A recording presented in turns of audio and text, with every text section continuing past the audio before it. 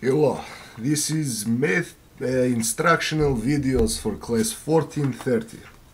We are going to begin today with number 16. You must use a calculator to find the approximate value of each expression. Round to the 2 decimal places. It's very important we do this, because if not, your answer is wrong. Okay, so for this you are going to need calculator, correct? And we have 3 problems. Our first problem is the sine of 40.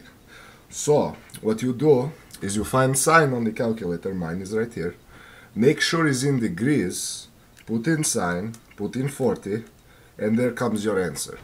And you must round to second decimal place, 0.64. The next problem is 10 pi over 9.